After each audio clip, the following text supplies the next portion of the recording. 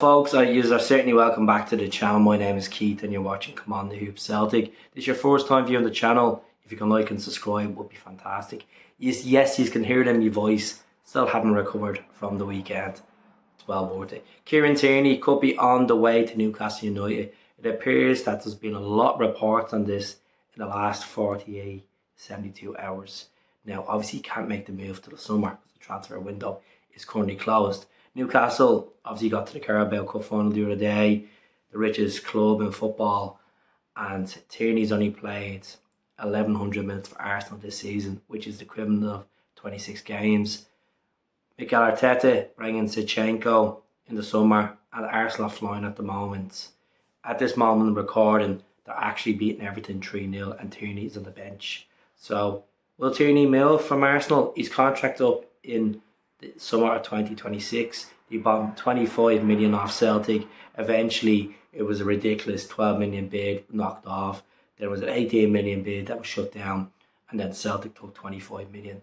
There is one loophole about this deal. If it does go through, it has to be over 25 million, which was the original price that Arsenal purchased him from Celtic if he was to go to Newcastle. If it's anything less, Celtic don't make money off it. So if he was to go for 30 million, basically we could make a 20% stake on this. And there's also another incentive on this as well. If Arsenal win the Premier League, Celtic could pocket between 7.5 million to 8 million on a winning incentive. Now, at the time, it was crazy because Arsenal were near a title challenging club. And that's, to be brutally honest with you, they were on a rebuild where Arteta, and they obviously won the FA Cup and the Charity Shield. So I hope Arsenal do win the Premier League. It's more money in the cash for Celtic. It's not like Celtic really need the money, to be honest. Forecast over the last 2 years, we made 75 million in revenue. Not like some clubs that are struggling to pay the bills, struggling to pay the face painter on the other side of Glasgow. So we're healthy in regards to revenue. But if we can get that money in, it means that we can put it into maybe another striker, maybe another midfielder, maybe a left back. Because what I've read last night from a lot of Celtic fans regards to my podcast, not a lot of people have this faith in Bear Bay. Greg Taylor is undroppable at the moment, and you can't take him out of the team. He's probably up there for player of the season.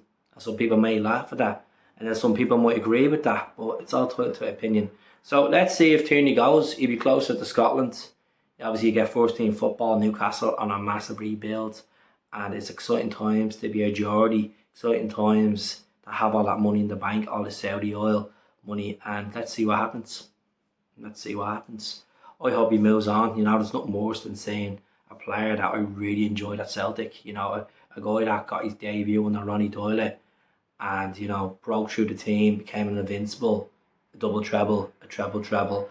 And when he did leave at the time, a lot of people were very skeptic about this transfer. Some people were very rude about it. People just were like, he's picked money over a legacy and stuff like that, over a 10-year-old season, over this and over that. Look, the guy was there from the age of 7 years of age. He doesn't have to make a point to us. Yes, we're paying his wages. It doesn't make a point to us that he needs to stay there for the whole career. Football careers goes too quick. And if he wants to go and better himself in a better league in his eyes, or play for a club like Arsenal, it's his decisions. What makes him do what he wants to do for his family, and he done a good job. Simple as that. So I think a lot of people are very spiteful towards Kieran Tierney leaving Celtic, and I can understand that we didn't really have the quality left back. We bring Bonagoli in, and Taylor at the time was just absolutely shocking. But you move on from it. Simply just move on from it. It's no point saying the grass ain't green always on the other side. Majority of Celtic transfers that go to England does not work out. And it's just a case that they think they're going to get this first team football and it doesn't really work out for them. Fraser Foster was a success at Southampton, but no come at Spurs. So that's really it for me.